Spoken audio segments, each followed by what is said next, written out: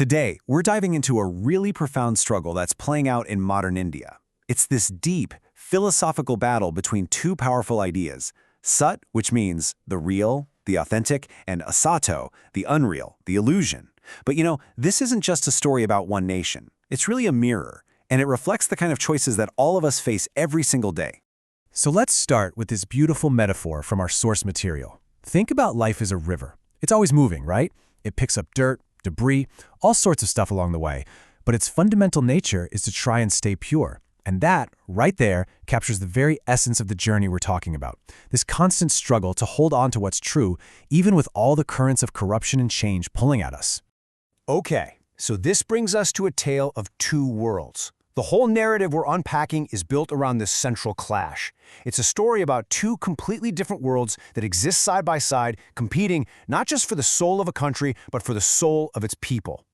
And here you can see that duality laid out really clearly. On one side, you've got India's ancient soul, this world of spiritual values, honesty, and ethics that run deep. This is what's called Sat, or the real. And then, in stark contrast, you've got this dark underbelly of bureaucracy, greed, and ruthless ambition, a world the source calls Asato, the unreal. So let's dive a little deeper here. To really get a grip on this conflict, we need to be crystal clear on what these two concepts, Sat and Asato, actually mean. It all comes down to the real versus the unreal. First up, Sat. You can think of this as the path of truth, of integrity. It's a world where spiritual values matter, where you choose honesty, even when it's the harder path. It really represents that authentic, true self, the pure water that the river in our opening metaphor is always striving to be. And then you've got Asato. This is the total opposite. It's that glittering illusion of power. It's a world fueled by greed, corruption, and just a relentless, non-stop ambition for a higher position. It's incredibly seductive, it's fast-paced, but at its core, it's hollow, it's unreal. But here's the thing. This whole philosophical battle, it isn't just some abstract idea. It's a daily struggle lived out by real people. This is the human battleground, where this constant tug-of-war is happening inside all of us as we try to navigate this complex world. Now, the source material gives us two key archetypes to help us understand this human battle. On one hand, you have the seekers. These are the folks fighting to stay on the path of Sat. And on the other, you have the fallen, those who get totally lost in the world of Asato. Two very different paths, leading to two very different destinies. So, let's start with the seekers. What makes them tick? Well, the text points to two key qualities: audarya, which means kindness, and sneh, which is affection.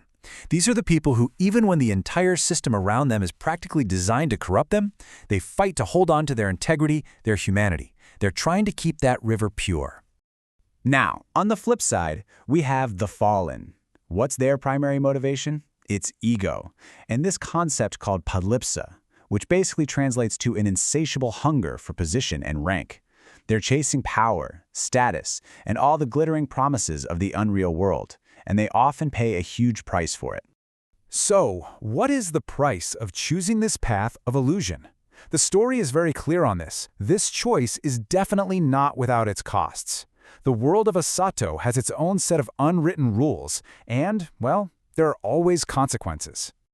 This slide here really shows us that journey of the fallen. It's this downward spiral, right? It kicks off with ego, with that hunger for a better position. And that leads to corrupt deeds, the compromises you make to climb the ladder in that false world.